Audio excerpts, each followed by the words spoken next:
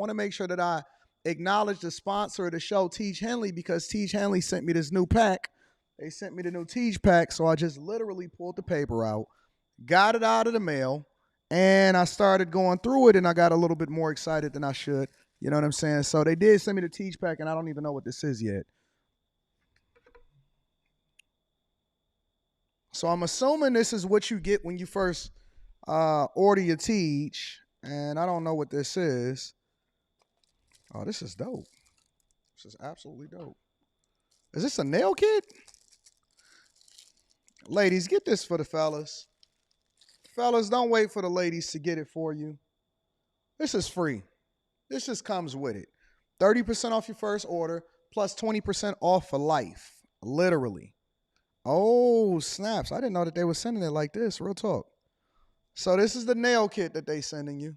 All right. So now you ain't looking like a dusty. This is a free gift straight from Tiege for the people that ordered the Tiege. They got the small one for the little hands like mine's. They got the big joints for your toenails. And then they got the joints at the bottom too. You know what I'm saying? For y'all that's a little bit more crustier than usual. All right, so that's one of the free gifts that Tiege got inside of the pack. And then, what is this? Says, squeeze a quarter-size amount of Tiege Hanley body wash on the center of the wet bristles. Lather, scrub, rinse, and repeat for the perfectly satisfying wash every time. So that's inside of there also, right? Ooh, I can get my rubber ducky on right here. You know what I'm saying? So shout out to Tiege for sending me that uncomplicated skincare for men. And then what we got in here? We got the actual Tiege pack, right? So this is the normal Tiege pack, but then they gave me the supersized joint for the people. They wanted me to show the people exactly what they got when they ordered that first Tiege pack, when you're getting your 30% off your first order, and then you get your free gifts. You get 2 free gifts, and then the 20% off for life. So the 20% off for life is a new thing. And man, I ain't even got my keys on me to open this up. Maybe I can use the little nail clipper thing. I ain't got to buy no nail clipper for my new joint downtown. And then you get all of the washes, all of the scrubs, all of the AM, the PMs, and all of that stuff. So you got the whole thing inside of there for you to make sure you take care of yourself. But you got to make sure you take care of it every day. Right? We don't want to miss days. We don't want to be looking like dusties. It does not absolve you from being able to make sure that you brush your teeth. Brush your teeth. It don't fix the teeth problem. Don't fix you ironing your clothes. Don't fix you being able to take care of your business. But it absolutely makes sure that your skin is phenomenal, even when you're going between shaves. You know what I'm saying? So shout out to Tiege Hanley. We absolutely appreciate you. Thank you for continuing to hold us down. I might do an official Tiege commercial, but I like just talking authentically to the people. I like giving the people the authentic look of what it is that you're dealing with, and I want you to hear from me personally, because anybody can do that little pitch and they can make some little videos, but very few of us can actually speak to the products of exactly what it is that you're supposed to use. So yeah, Tiege Hanley, 30% off your first order, and then 20% off for life. That's the Anton Daniels pack, 20% off for life. Using any other Tiege pack, make sure that you go ahead and let that go. And make sure you tap into the link it's in the description and take care of it, all right? What's going on is Anton from AntonDaniels.com. I appreciate you guys for continuing to rock with me. Thank you for tuning in for another edition of the Millionaire Morning Show. I am your host, Anton Daniels. What up, friends and family? I appreciate y'all. How are y'all doing today? Did you get your Tiege pack? Did you get your Tiege pack? Man, what a day. What a night. Crazy, man. My life is absolutely insane, man. My life is crazy. What up, friends and family? I see y'all in the chat. Y'all ready to get started with the show? I am ready to get started with the show. Absolutely ready to get started with the show. It's a little gloomy. I'm still, for whatever reason, I've adapted to the 7, earlier show, the morning show or whatever. But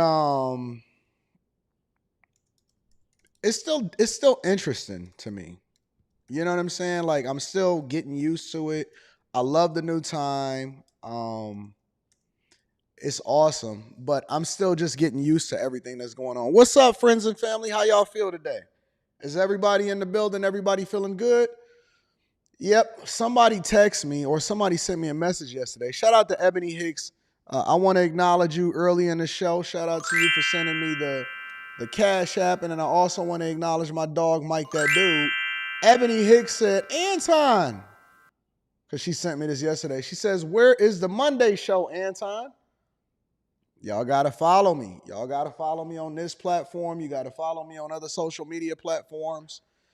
And what that will allow for you to do is to be informed on what's going on. So first and foremost, before we really even get started with the show, I want to wish my girl Island Gal Q happy birthday. I know that she's probably not even going to see this until she wake up, because she's probably still asleep because she's on vacation. I'm not about to disclose her location because that's my homegirl, but I'm gonna send her a little gift this morning. You know what I'm saying? Got to make sure I take care of my people. And then I just want to say happy birthday to my girl, Island Girl Q. So shout out to you. Enjoy your birthday. I made sure that I gave her the day off yesterday in order to make sure that she could get some rest, celebrate her birthday. And then we're going to be back at it next Monday in order to live stream. So shout out to the bag chasers.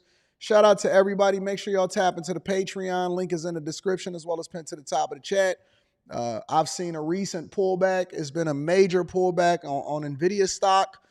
If you're not a part of Stock Club, I actually did a Stock Club yesterday.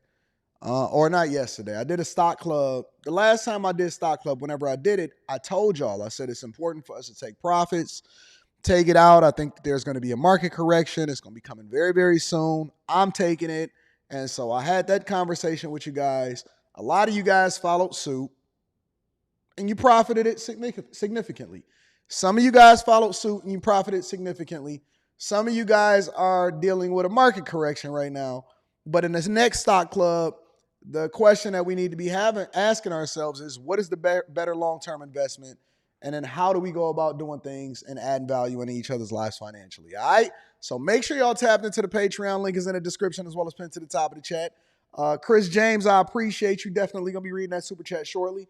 And then make sure y'all get that Tiege Hanley, 30% off your first order plus a free gift, or 40% off your first order plus a free gift, and then 20% off for life. So if you're dealing with any of the Tiege pack, make sure you get that Tiege Hanley. Again, 40% off your first order plus 20% off for life.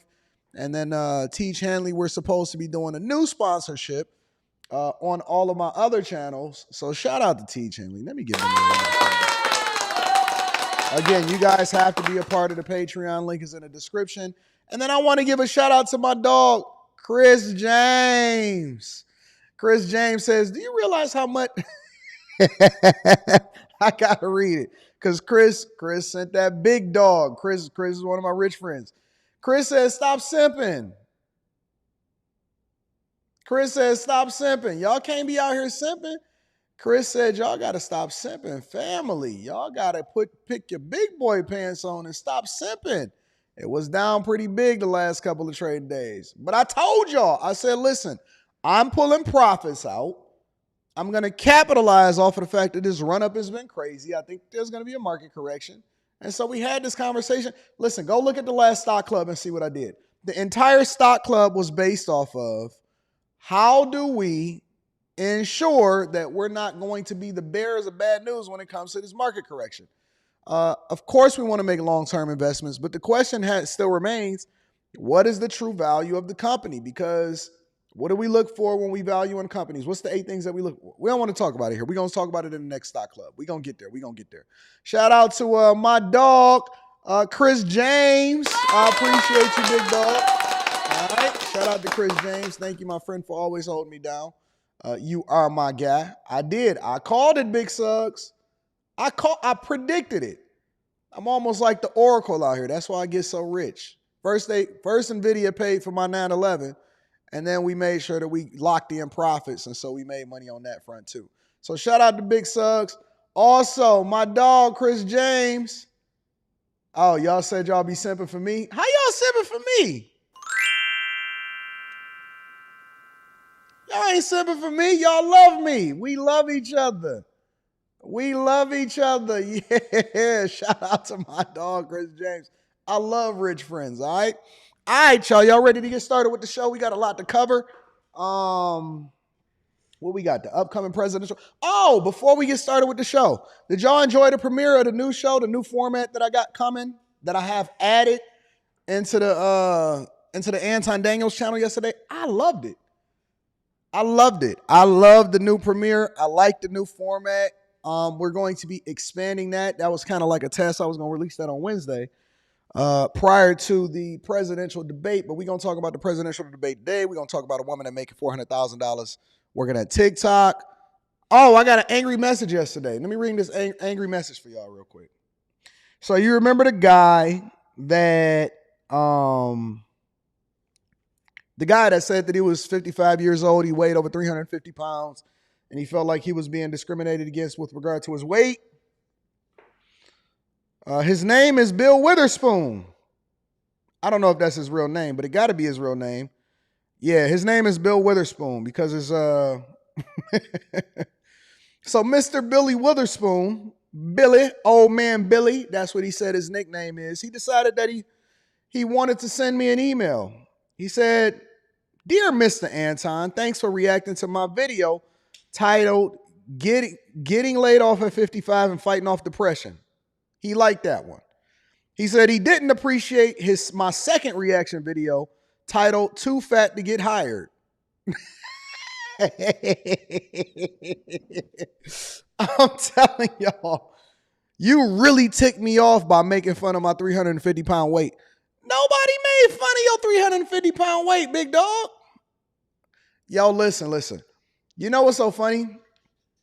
We're used to reaction videos and getting smoke from people, from women that get mad because they get out there and they talk about how many bodies they got and how much stuff they done did. And then they get mad on their TikTok when we react to it, because you guys send me the videos and y'all said, Anton, come check this out. This woman is crazy. So when we hold people accountable on relationships on the Anton Daniels channel, we used to that. But these financial content creators or these people that are saying that they got laid off or they being discriminated against about their weight, they not used to this. You know what I'm saying? This is a fairly newer thing that we're experiencing. So old man Billy then says, you really ticked me off by making fun of my 350 pounds. It's a long email. I mean, it's a whole book that he wrote over here, all right? But I don't want to read it all. But he said, I better be glad that he lived in the Appalachian Mountains, far, far away from Detroit.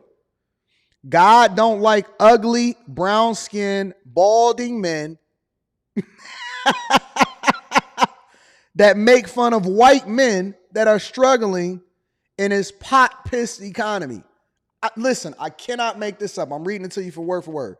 God don't love ugly, brown-skinned, balding men that make fun of white men that are struggling in this pot-pissed economy. Respectfully, everyone in America can afford a stinking, I can't make this up. He sent a picture and everything. He said everyone in America, right after he said that he broke and it's a pot piss economy, he said, respectfully, everyone in America can afford to buy a stinking, overpriced Rolex watch. And then he called y'all snot boogie chasers or whatever you call them. Just make sure that you stop making fun of my bald head and weight before I take to Detroit and bring my mean country dog Rippy to rip every piece of hair left on your thinning brown head. Watch your back and your balding head, Mr. Fading Man. And Mr. Fading Man says, see the picture that he sent me? And he sent the picture. So, yeah, it's a little different over here in the financial space.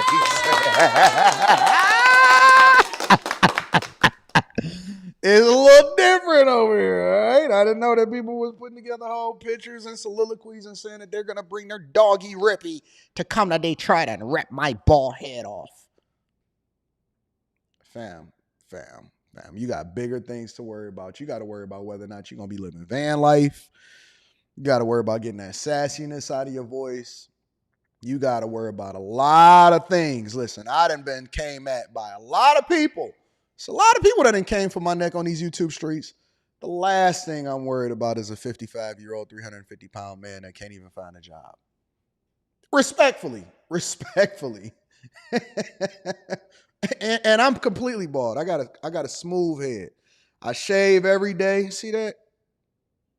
I shave every day. I smell good. I smell like cocoa butter and soap and deodorant. It's too funny. Yes. It's hilarious. So I thought that y'all get a kick out of that. I didn't know. I just thought about it. So I thought that y'all get a kick out of that. And shout out to all my men, my guys out there that's broke in Appalachia and the Appalachian Mountains. I appreciate y'all. Shout out to the Fading Man. I'm sure there's going to be more people that feel a certain type of way after we continue to do what we do on a regular basis. But y'all keep sending me the videos. If I find it interesting, I'll definitely react to it, and then we're going to go from there. All right? So y'all ready to get started with the show? Let me read a couple more super chats, and then we're going to get it popping. Shout out to A.R. Smitty. A.R. Smitty says he lives in the Caucasus Mountains. The mountains of Caucasus. Mount Caucasus. Shout out to you.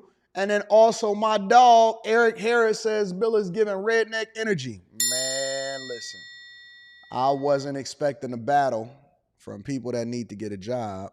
Pick y'all battles carefully. All right? All right, y'all ready to get started with the show? Let's get popping. Quick hits, ladies and gentlemen.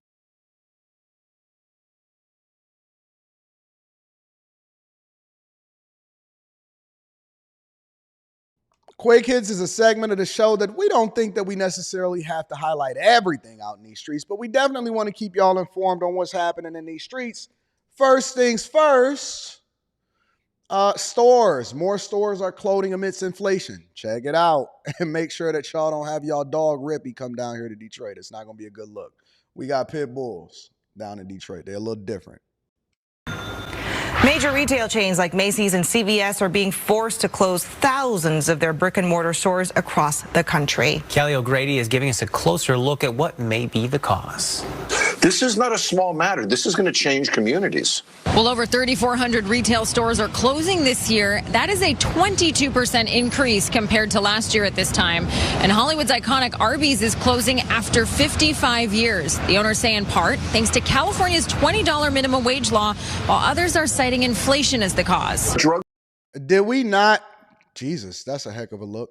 Did we not predict that this was going to happen the minute that they introduced this law, and we thought that they was going to start taking it serious? We already knew that everybody was going to get laid off, that all of these stores was going to close, that the franchisees was going to be going away.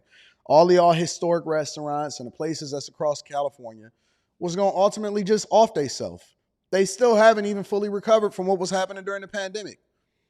Most businesses have not recovered from what was going on in the pandemic. And so now that we see a lot of these people and a lot of these places closing, they had one foot in the grave, and then Gavin Newsom just went on ahead and pushed them right on in and then buried them and sent the dirt right over them. Stores are not going to be there anymore. Restaurants are not going to be there anymore. So this is consequential, not only financially and from a real estate standpoint, but it's consequential in quality of life, availability of services. Now, the top closures include Family Dollar at over 600 stores, followed by Route 21, 99 cents only stores, CVS, 7-Eleven, and more. Retail demand itself, it was flat this past month. Consumer sentiment, it's at a 7-month low right now. Inflation is having a big impact on consumers' purchases. There are a number of reasons driving these shutdowns. Poor strategy for one. Companies are also carrying a lot of debt. They're dealing with theft and the continuing rise of online shopping. And think about your own habits. Are you even going into a store anymore? Now, the former U.S. CEO of Toys R Us, though, says the biggest issue is the sales to cost ratio is out of whack. Retailers have to generate same-store sales increases of 3 to 4% a year to be healthy.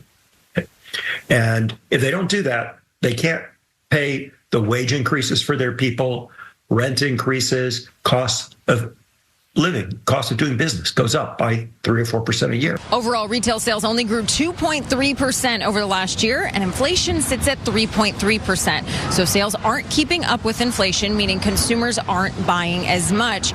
So while there isn't one reason across the board for these closures, when you have inflation coupled with weakening consumer demand, that means that dynamic impacts the stores that are already weak. They're going to continue struggling.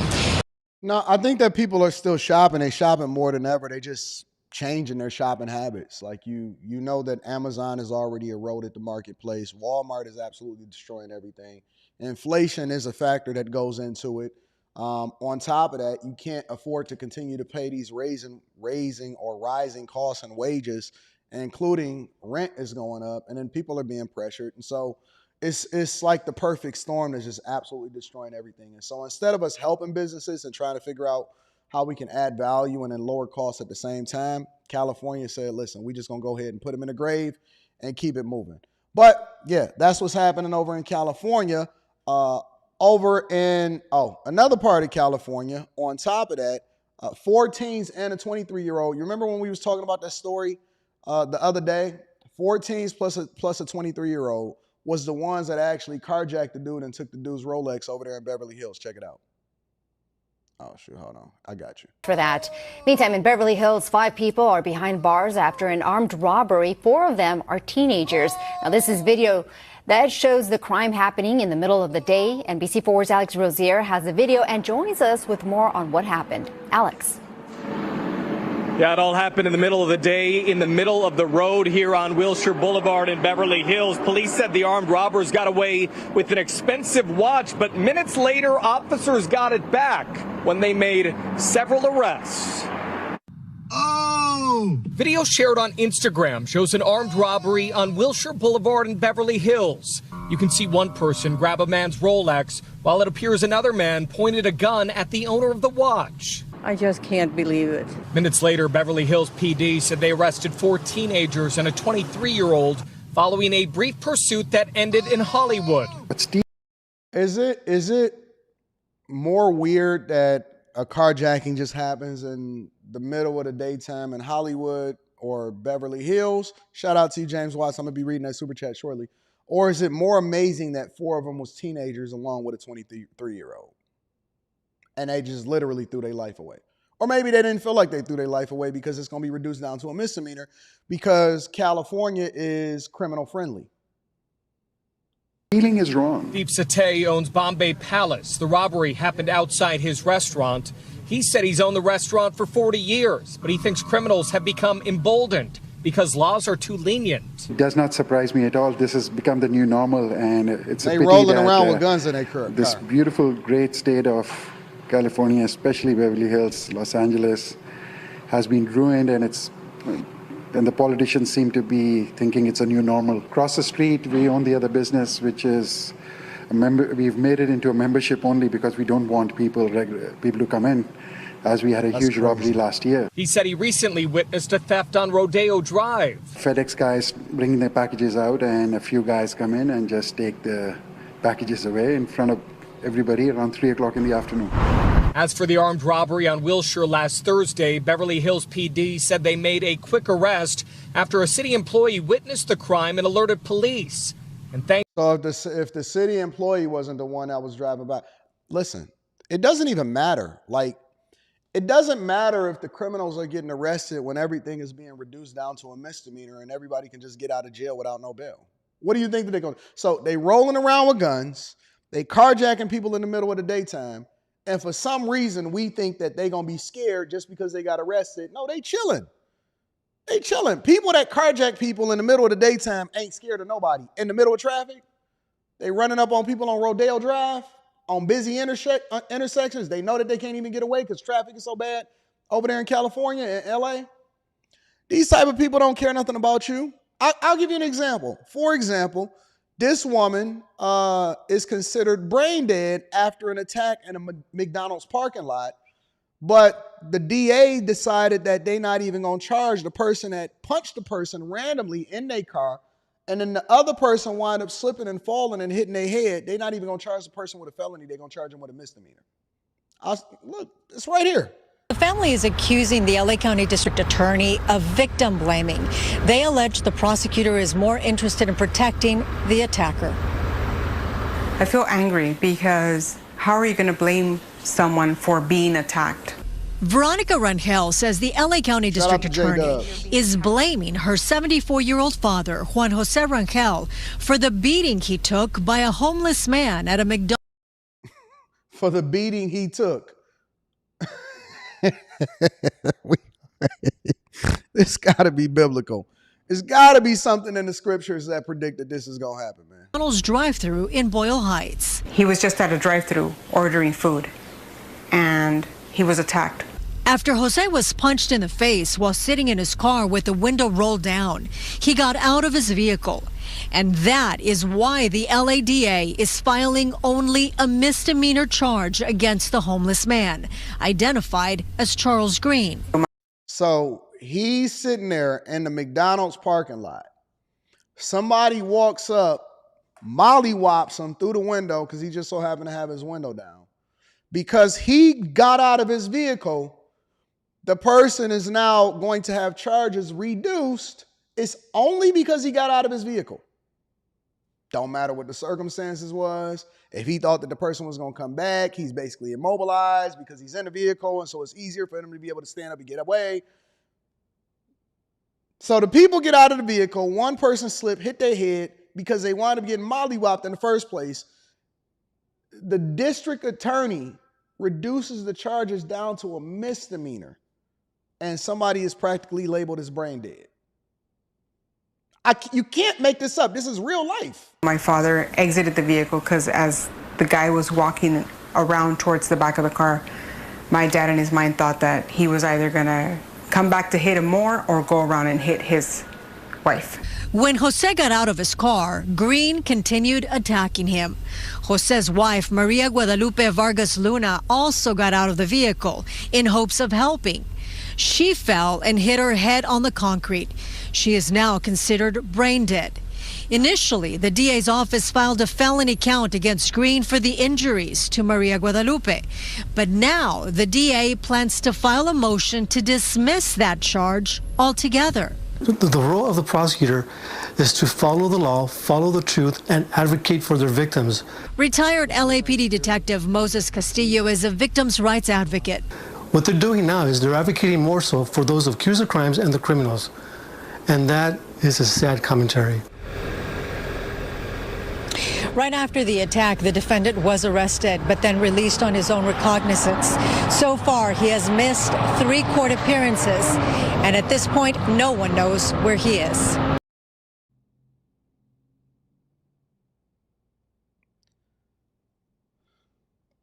You know we living in a simulation, right? Y'all know we living in a simulation. Like this isn't real life. None of this is real life. This is all we're all in one matrix, one big matrix. It's all just a simulation. This is not real. It's not real. It can't be. It's impossible that this is real. There's no way in hell that you're going to convince me that we are living in a real life right now.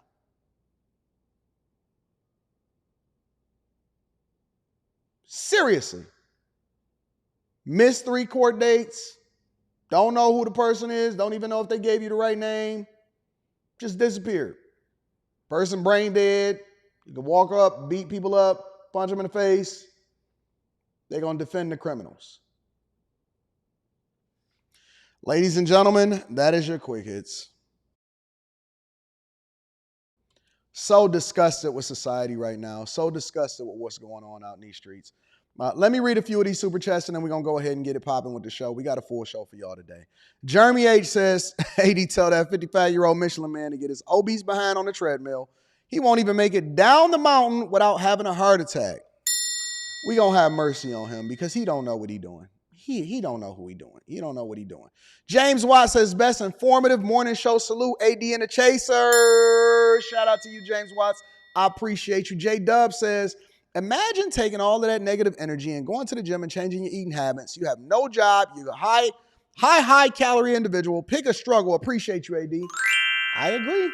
I agree. It makes no sense, but this is the life that we live in. Shout out to Miss Crow T. Shetty showing love. Shout out. I love Mrs. Crow T. Shetty in the building.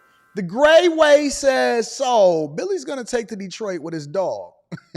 He's going to get there if he doesn't have a job and he's broke. Walk? Oh, wait. That might not be such a bad idea, respectfully. Listen, we love Billy. Shout out to Billy, old Billy Goat Gruff. If Billy don't leave me alone, I'm going to be doing a whole lot of videos on him. Nah, we ain't got time for that on the Millionaire Morning Show. We got bigger fish to fry. Such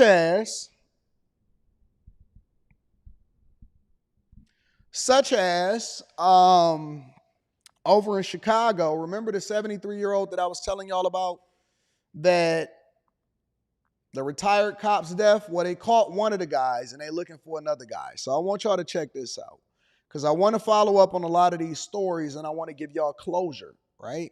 And because I want to give y'all closure, it's important that we talk about this. The 73-year-old former police officer who was a bomb technician, life senselessly taken away, and it wound up being a 16-year-old. I should have named this Teen Killers. That's what I should have named this. Instead of this show being named what it is, instead of it being named Phantom Debt, it should have been named Teen Killers. Because there's so many young people that's just doing some of the most evil things that's happening in our society. Anyway, let's dig into it, y'all. Check it out. Breaking news, charges filed in the murder of a retired Chicago police officer. The suspect, just 16 years old. Casey Cronus is live tonight at police headquarters. Casey. And John and Scott, we are learning tonight that Larry Newman's very last moments were spent as a hero. More on that coming up. But first, the teenager who turned himself into police yesterday has been charged as an adult with felony first-degree murder. Officials tell us that after releasing surveillance video of the suspects over the weekend, they were flooded with tips that led them to identify that 16-year-old. And not long after, he surrendered to police. Let me give a round of applause for the community members that's finally getting fed up with what's going on inside of their city. I want to give a round of applause to the community members. And one of the reasons why I want to give a round of applause to the community members is because I say this all the time, and that we know who the killers are. We know who the people that's committing the crimes. We know who the people are that's doing some of the worst things in society. Shout out to Riverside Trunk. Definitely going to be reading that super chat shortly. We know who the people are that's doing the worst things in society. And so all we got to do is snitch. All we got to do is snitch and tell on them. See something, say something. He a killer? Hey, man, I don't want this dude living next to me before he kill me. He robbing, he stealing, he breaking into cars, he taking people's lives like that. Tell on him. Finally, y'all decided to participate in your own help, your own city, your own community. You decided to rid it of the people that's doing the worst things in the community. That's senselessly killing. Take a look. That suspect is pictured. Oh, look at that. Look, always I couldn't have predicted it. No way I would have been able to tell that this is the person that wound up committing the crime. No way. No.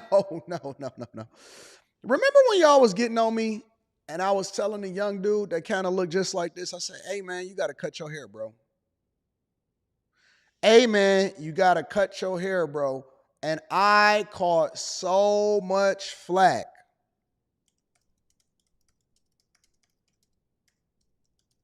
I said, bro, you look like a suspect. It was the young bull. Remember I was talking to the young bull? And I said, hey, young bull, you got to cut your hair. I'll show you. See, I'm going to remind y'all. I want to remind y'all because I don't want y'all to act like y'all forgot about what was going on. This was the young bull right here. I said, hey, young bull, cut your hair. I got so much flack from people. And dude showed up. He said, man, I got a new job. My baby mama is feeling me right now. I got my new glasses. You know what I'm saying? I'm on the move. I'm taking care of it. My girl is loving me right now. I'm doing well. Thank you, Anton. He was even more well-spoken. Somehow me telling him to cut his hair wind up translating into him being able to speak less ghetto and more effectively when it came to his job interview and what he did for a living, right? And so I had told homie, I said, yeah, man, cut your hair, bro, because you don't want to look like the usual suspect. Dudes like this, people like this, I just go ahead and just lock my door and just keep on moving. I don't stop at no. That's why y'all, Anton, why you don't stop at stoplights? Anton, why you don't stop at stoplights? Because I be seeing dudes like this on the corner. I take the ticket. Send me the ticket, big dog. Because they killing 73-year-old former bomb technicians that's retired in the community over in Chicago. On the right of your screen with white stripes on his sleeve, and he will appear in court tomorrow morning. On the left in this image wearing all black is the suspect police are still looking for. And they still looking for the little homie. Tonight, we're learning more about what happened the morning of Larry Newman's murder. Detectives say Newman, who lived in West Garfield Park, was outside paying a worker who'd been hired to cut his grass. That's when he saw two young men approaching him with guns. Police say Newman heroically pushed the worker out of harm's way and pulled out his own firearm. Gunfire erupted and Newman was shot multiple times. He was a U.S. Marine veteran and CPD's longest-serving bomb technician. In his retirement years, he continued a lifetime of serving others, working for the TSA, training bomb techs at Midway and O'Hare, and becoming a minister in his West Side neighborhood. Died serving and protecting his community.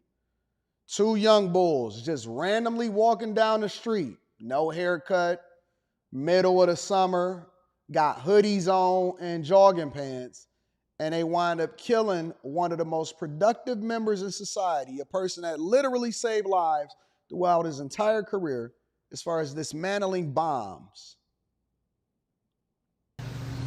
He worked with young people to create a safe environment for them. Larry worked to bring peace to his neighborhood, to show our young people that there is a better way. In a brazen and senseless act of violence, Larry's life was taken from him by the very people he committed his life to helping. St. Michael Missionary Baptist Church, where Newman served as a minister in his retirement years, released a statement writing that they are thankful one of the teens has turned himself in, but added, quote, "Our joy is tempered by the somber reality that another young life is now entangled in the judicial system instead of flourishing in an institution of higher learning." Nah, lock them up. And not only do I want them locked up, I want to know who their parents are too. Tonight, a 16-year-old has been charged as an adult with murder, accused of killing a retired Chicago police bomb squad technician. Investigators say another suspect is on the run. They're accused of gunning down 73-year-old Larry Newman, a beloved fixture on his West Side community. A breaking news update now from CBS 2's Jermont Terry with late information about what happened the day he was killed. At 73, Larry Newman still had so much to give his community after serving as a bomb technician for 3 decades. He still lived within that community when he didn't have to. Yet last week in West Garfield Park, police say 2 young men, both with guns, decided to end his life. Larry's life was taken from him by the very people he committed his life to helping. CPD released these images of 2 guys running away moments after shots were fired. 4 days later. And they just walking.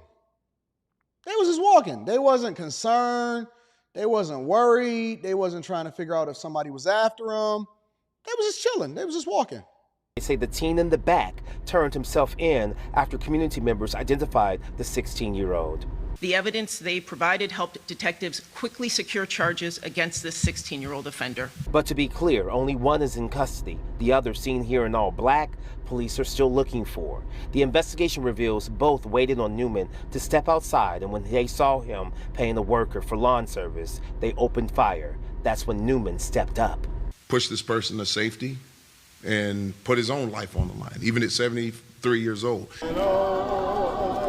On Sunday, the community rallied and marched to bring awareness to the retired officer, veteran, and... Hey, listen. This is what I want y'all to do.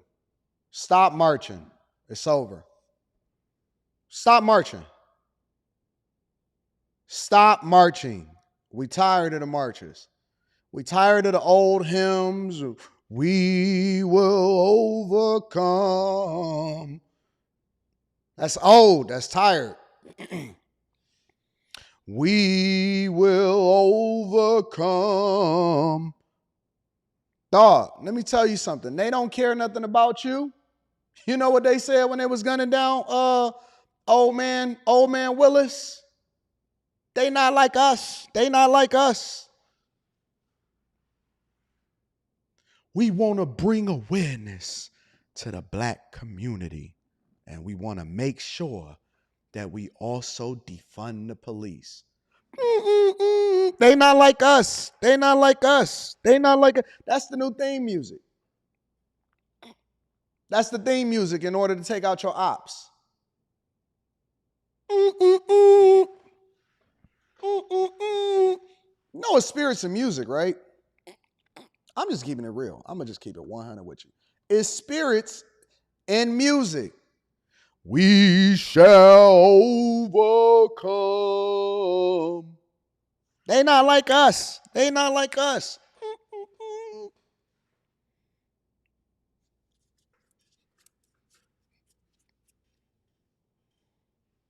Pastor, a man killed by the violence he spent his career and years of retirement trying to prevent. Last week it was a child. Today it's an elder. And the common thread is other children taking their lives. Cook County State's Attorney Kim Foxx standing in a unified front with top CPD brass, all determined to address the troubling theme of teens with guns committing these murders. Today's armed robber, who's 13, 14 years old, is tomorrow's murderer. So there has to be some early intervention. That was Dramont Terry reporting. He also tells us there's a reward still out there to find the second person wanted. Police did not release. You got to incentivize people to go and turn in their homie. They not like us. Let me show y'all the actual video of them walking down the hall. We have breaking news. Chicago police release video of two suspects in the killing of retired police officer Larry Newman. The video is from a home surveillance camera. It shows two suspects walking in an alley close to where the shooting happened. Newman was fatally shot Thursday around 11:30 in the morning in the 4300 block of West Monroe. The 73-year-old was a bomb technician. He worked for the Chicago Police Department for 28 years and retired in 2010. Police are asking if anyone recognized. It's unfortunate. Anyways, support your favorite criminal by harboring them and making sure that they don't get arrested. We know what the community do, but one person has been arrested. We still looking for the other one. God bless the 73-year-old's family that was going out there to pay a grass mower, you know what I'm saying, and helping out the community. Senseless, so senseless. Read a couple of these super chats and we're going to move over to the show. Watch out for John Twiggs, bro, says Riverside Trump. Straight from the Appalachian Mountains. And he went and found my email address and said, Anton, let me tell you what's going on. Stephen Slayer 1 says, single baby mamas raising these devils, and they are the same usual suspects, ghetto as F. Shout out to Stephen Slayer 1. I appreciate you. We don't know who the parents are. Honestly, we have no clue whatsoever. Anyways, let's continue on with the show. So, we've been paying attention to Shang Tsung. We've been paying attention to Shang Tsung out here in these streets. And the story just gets better and better. Just gets more and more incredible. And we trying to figure out, is it really pay to play? What's going on? Is it disgruntled employees that then blow the whistle? Is it disgruntled employees that wind up blowing the whistle because they wouldn't take their $200,000 and just be quiet? Well, Shang Tsung, decided that she finally wanted to speak out and speak to the issues and the problems that's happening over in Oakland and why she was being raided. Let's get into it. Oakland is facing a number of challenges, including crime and business closures, even before the raid of the mayor's home. And some are questioning whether she can effectively lead the city with the federal scrutiny that she's now facing. Our crime reporter Henry Lee live for us tonight at Oakland City Hall with that part of the story. Henry. Yeah, it's no secret Oakland's been facing these hot-button issues for a while now, but some say this FBI raid will only distract the mayor from these problems. The FBI raid of Oakland Mayor Sheng Tao's home and her fiery response to it Monday comes as the city is facing an extraordinary number of challenges. The big question many Oakland residents have is, can the mayor handle it all while facing legal trouble of her own? I think we should avoid a rush to judgment here. But on the other hand, I think it is a bad time for the mayor to be distracted from all the city's problems. Her home just got raided. And this is one of the reasons why I think that we need to be keeping that same energy, because where it is, they give her grace. She a whole crime boss out here in these streets, allegedly. They giving her grace. See, y'all about to make me start having some sort of sympathy for Tiffany Henyard. I'm never going to have sympathy for Tiffany Henyard. However, y'all giving her grace,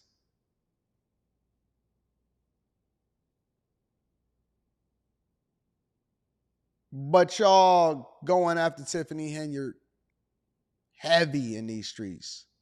Heavy in these streets. Hey, I think we should reserve judgment. The FBI is just running in her house. Former chief of staff saying that she's paid for play. We're going to give her grace, but we're going to let her run roughshod out in these streets. Okay, all right. Well, I see what we're doing. Problems like crime, business closures, and budget concerns. On Monday came official word the Hilton Oakland Airport will close in August after 56 years in business, in part because of economic challenges after the pandemic. And on Sunday, Taylor J., a clothing store in the Rockridge district, had its grand closing a month after this burglary. 8 days before the FBI raid, Tao stood with new Oakland Police Chief Floyd Mitchell, whom she hired, at his first news conference to discuss recent arrests. On Monday, Tao made her first remarks about the mass shooting on Juneteenth that injured 15 people near Lake Merritt. I am sickened by the senseless acts of violence. And I want every Oaklander to know that we will work hard to ensure that those responsible are held accountable. At a rally outside City Hall immediately after Tao's remarks, retired Judge Brenda Harbin Forte, a leader in the recall effort against the mayor, said Tao should step down because she can't effectively govern the city. And this is all deflection that the mayor, she's trying to keep everybody from not focusing on that disastrous budget that the city council is about to vote on. Oakland civil rights attorney Walter Riley is a firm supporter of Tao. The mayor is on the job and doing that work that the mayor is supposed to do, mandate.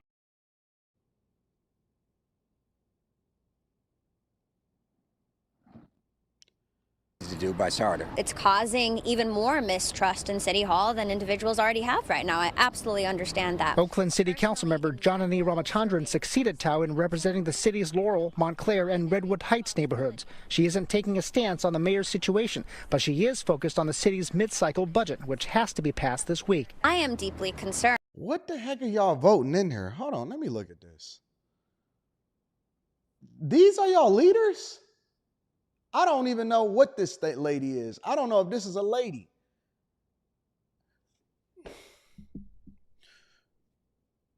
What is happening in this country?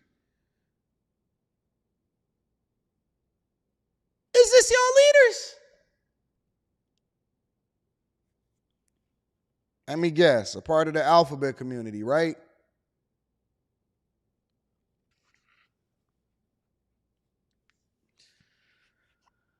Oh, Jesus. She is focused on the city's mid-cycle budget, which has to be passed this week. Nose rings, tattoos, masculinity. The weirder you are, the more likely you are to be a leader of the community. Concerned that we are nowhere near figuring out what council member amendments are, what the different proposals are.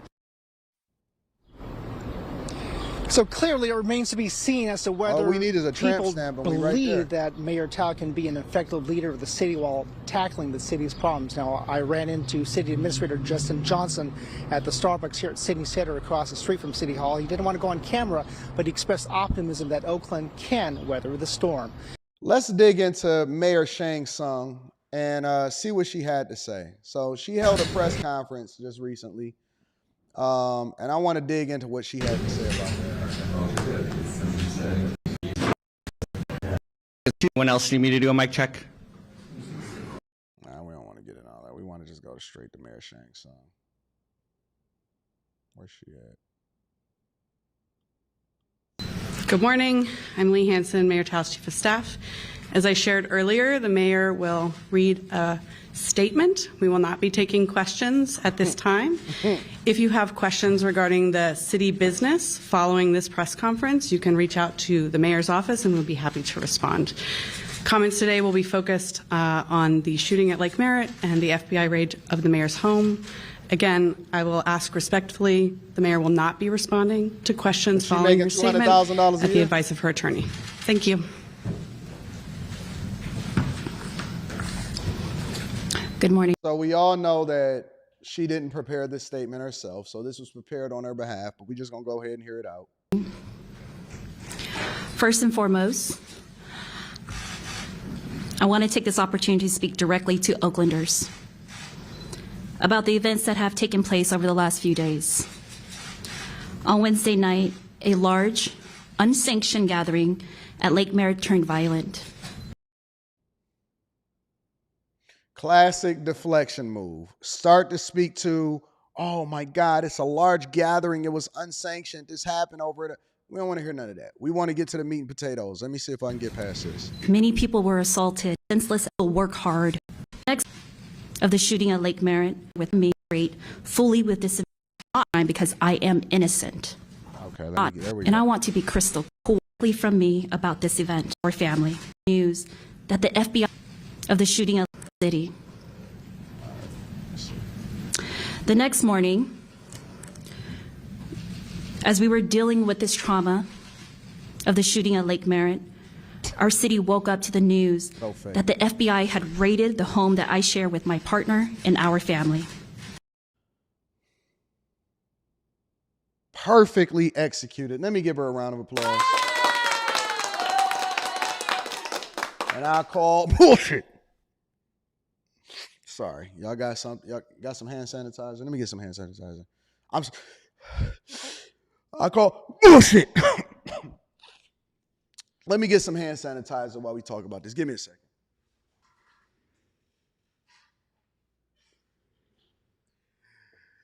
Bullshit. My brother came by last night, and he wound up spending the night at my place, and my oldest brother. And I told him, I said, Trey, I gotta stop cursing. I don't know what's wrong with me. I said, it don't hit the same. You know what I'm saying? Classic deflection technique. Lead with something dramatic that happens in a community. We were dealing with this trauma, and then no sooner than we were dealing with this trauma, Oaklanders woke up to the news that people were raiding my home, and I don't know why. You all deserve to hear directly from me about this event. I plan to be 100% transparent and cooperate fully with this investigation. And I want to be crystal clear. I have done nothing wrong. I can tell you with confidence that this investigation is not about me. Okay. I have not been charged with the crime, and I am confident that I will not be charged with the crime because I am innocent. Just like you, innocent of what? I am seeking answers from the U.S. Attorney about what is happening and why. Why I wasn't offered the opportunity to cooperate voluntarily. As I receive information from the FBI and the U.S. Attorney that I am authorized to share, I will share it with you all.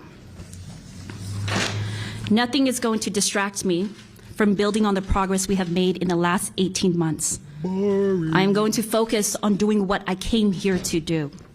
So let me tell you about what we have been doing since Thursday. Operations of the city have continued without interruption, as they do every day, in the capable hands of our amazing city administrator, Justin Johnson. I'm grateful to Administrator Johnson and the entire city workforce for remaining focused and dedicated to delivering services to the residents of Oakland. You know what it is. The work of making Oakland cleaner and safer continues. My role as your mayor continues. I will remain focused on supporting the City Council as they vote to pass a balanced budget this week. We will complete the transaction for the sale of the Coliseum property to the African American Sports Entertainment Group. I will not allow for this historic investment in East Oakland to be derailed. And we will continue to address crime head on. Black people buying a Coliseum? The timing of all this is troubling, and we should all be concerned. We now have an active recall campaign that is a waste of time and public resources, and I have questions that need to be answered. I want to know what probable cause the FBI has.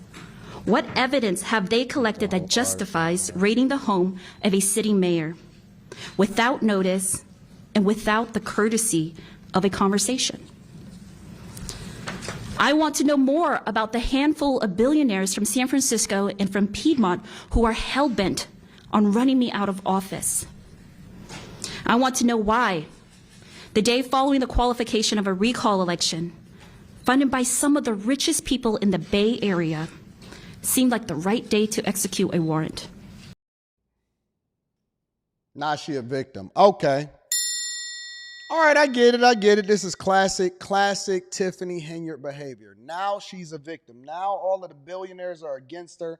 Oakland has been ran into the ground, but they just so happen to come after her. Your own former chief of staff is out here saying that you out here doing pay for play, baby.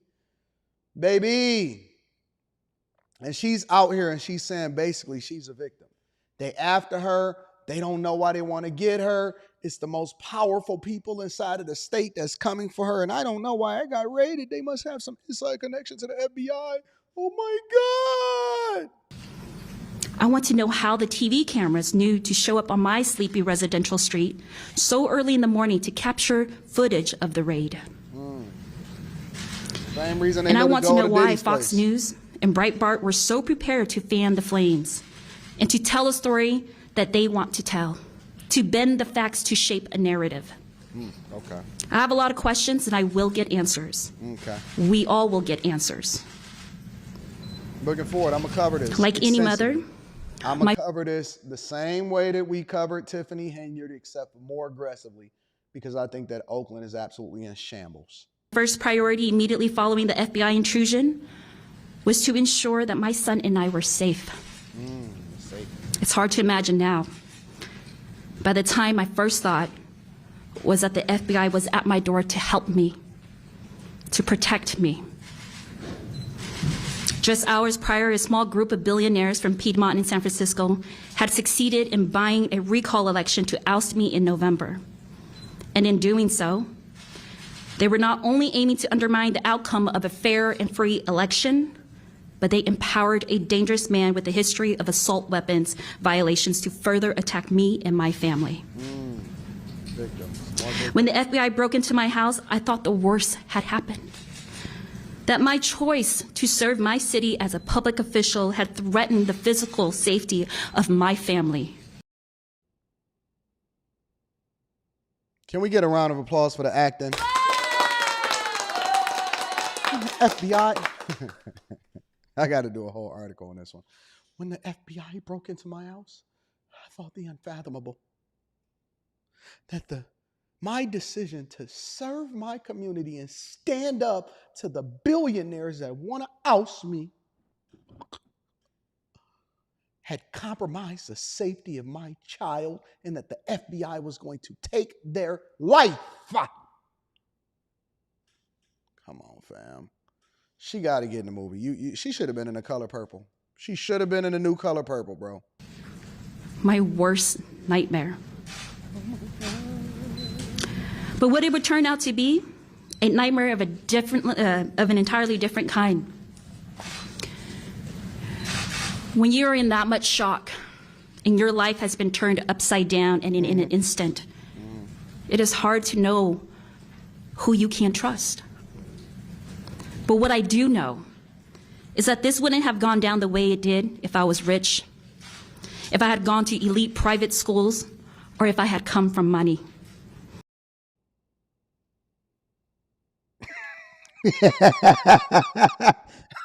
Y'all, come on, man.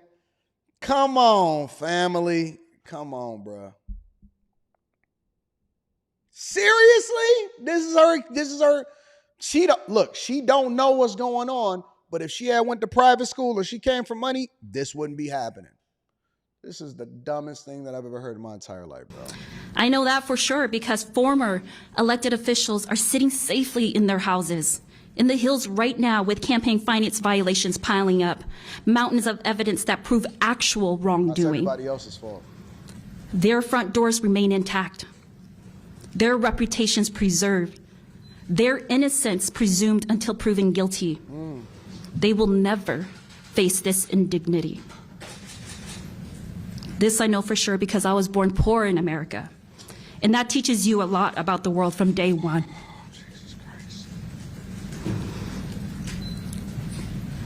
I know many of you know exactly how this feels. Sitting with your head in your hands, scared, angry, scared to look too angry in fear of how you might make the situation worse. No, we're not. Feeling the injustice in every bone in your body. I can't believe I'm watching this. Knowing if you cry out and demand for answers, you will do nothing but cement the judgment they have rooted deep in their mind. I see you. So they were able to secure. Oh, that's my cover photo right there. Let me get a screenshot of that real quickly. That's my cover photo right now. You telling me they was able to secure a judge to authorize a raid on your place while at the same time simultaneously raiding the Duong headquarters in 4 other locations and a pay for play, and your chief of staff is saying, now again, and it's until proven guilty, we got to keep that same energy. But I thought that she didn't know what was going on. The first thing that she said was, I have no clue, and when I get to the bottom of it, I'm going to be transparent and I'm going to let you guys know what's going on. Now, she's a victim. It's because she wasn't. Now, she didn't know, but this is why they're raiding her, because she's going against the establishment. They're successfully buying a recall. The billionaires are after her, and it's because she wasn't born in a rich neighborhood and she grew up poor. Okay, got it. I really see you.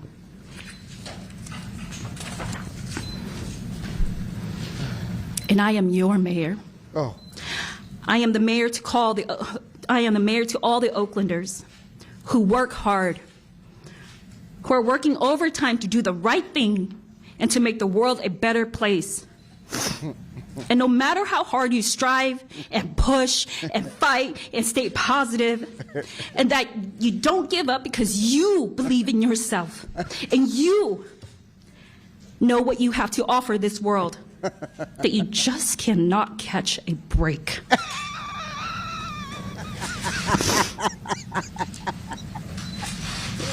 Well, guess what? I'm not going down like that. We're not going down like that. The people who voted for me deserve to have their voices heard and communities prioritized. I'm seeking the truth right now, just as much as you all are. But I will not be bullied, and I will not be disparaged, and I will not be threatened out of this office. I wasn't expecting this. This is better than TV, man. I was not expecting this level of a performance from our Oakland Mayor, Shang Tsung. Y'all, seriously, we got to give her another round of applause. Oh, my God. God bless her, Jesus. Lord be offense. I was not expecting this at all. This is better than TV. Amazing.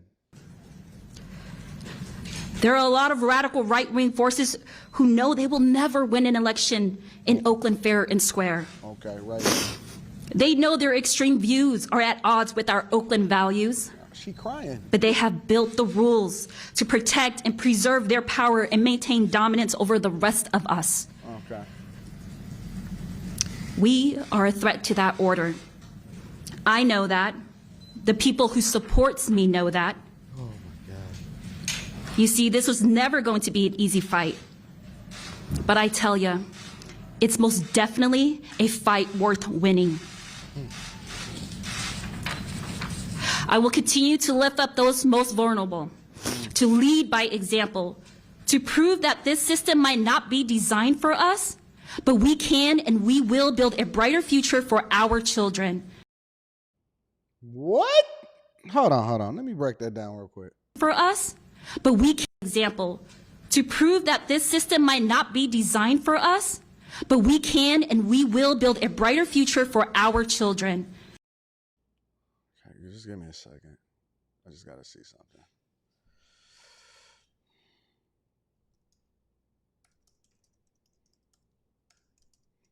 I just like to do a little bit of just to understand by race. Oh man.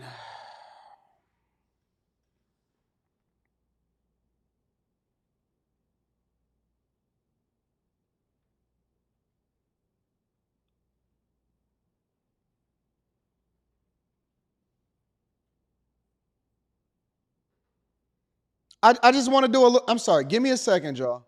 Let me work. I just trying to understand what the heck is going on out in these streets. All right. Which ethnic group has the highest family income? Asian Americans are the highest earning ethnic group in the United States of America. The median household income for Asian Americans, the median at 87. However, Indians are the leading ethnic group among Asian Americans. Interesting. Okay, so no. I'm trying to understand. Who is the system designed for? You're the mayor of a major city. You live in one of the nicest houses in Oakland. If the system ain't working for you, then who is it gonna work for? Because apparently it ain't gonna work for nobody.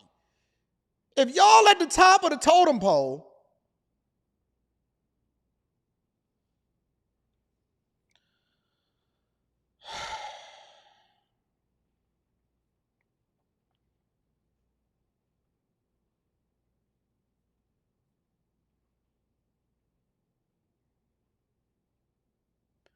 I just got to do a little bit of a deep dive.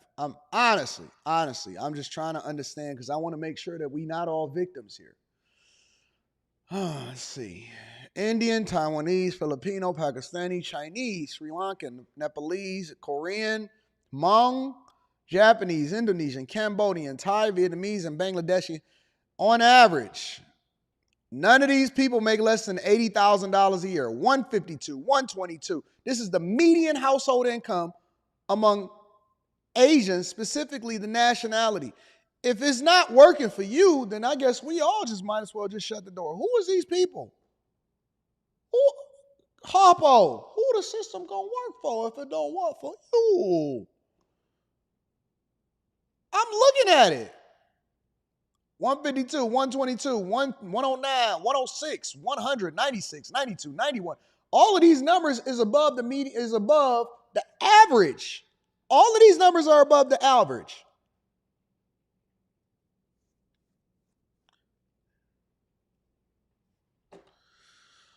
All right. Okay, well, I mean, listen, I don't know. So let's hear what she has. This is my mission as your mayor. And I thank you for seeing me in this moment, one of the hardest moments of my life. I am a mother, a fighter, a survivor. And when my parents came to this country fleeing genocide, they never could have imagined that their daughter would one day be mayor of Oakland. I am my ancestors' wildest dreams, and I am your mayor, Mayor Sheng Tao. Thank you.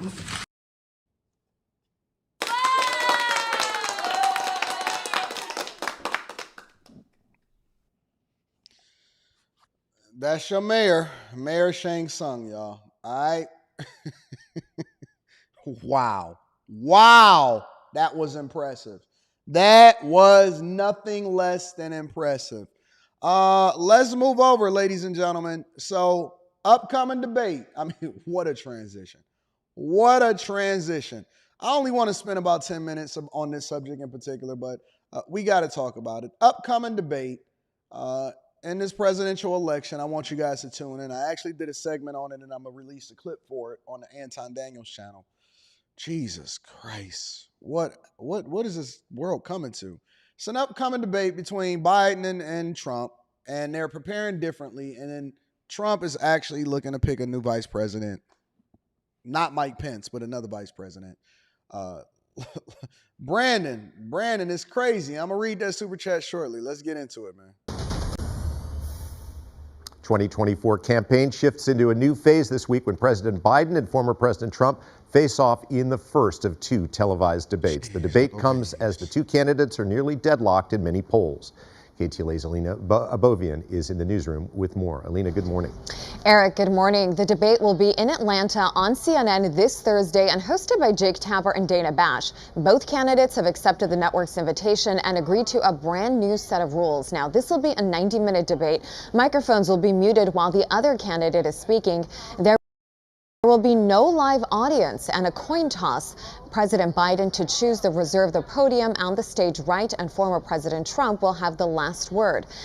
I think the debate is going to be on Thursday. I think the debate is going to be on Thursday. Y'all want to do a live watching of the debate?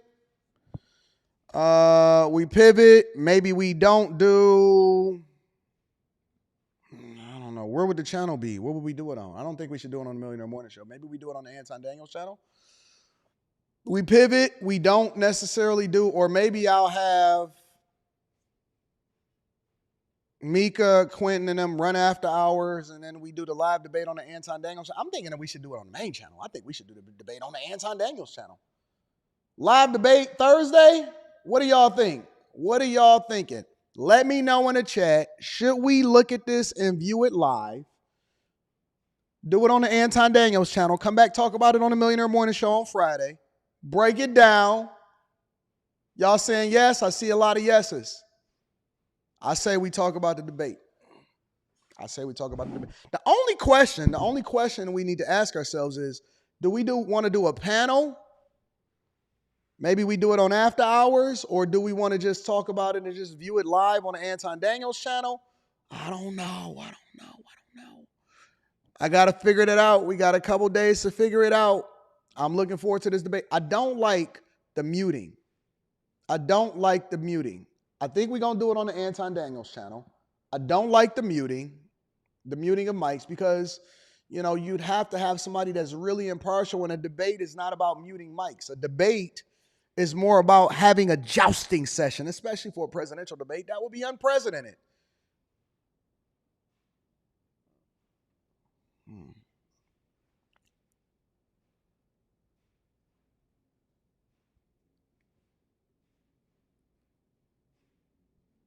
I don't know if somebody is saying that we won't be able to show it live. No panel, just my commentary. Do it on my channel.